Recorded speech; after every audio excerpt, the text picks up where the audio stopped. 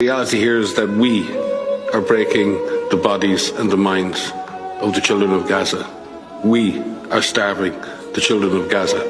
Because if we don't do something about it, we are complicit in what is happening before our very eyes. We are complicit. We are causing this. You, us, and everyone who does nothing about it. It's horrific. And the children of Gaza should not have to pay the price, as all children have done in the past, for the sins of anyone around them. This just has to stop. Any right-thinking human being will stand up and say, this just must stop. As a doctor, as a physician, as someone watching, more than 1,000 children without limbs, thousands of children with spinal cord injuries and severe head injuries from which they'll never recover, thousands and thousands of children with severe psychological distress that they may never recover from. We are watching this unfold before our very eyes, and we're not doing anything about it. And as a physician, I'm angry. I'm angry with myself that I'm not doing enough.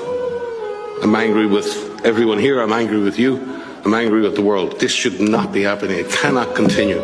We have to stop it. I'm glad someone asked the question, but this is an abomination. It's an abomination.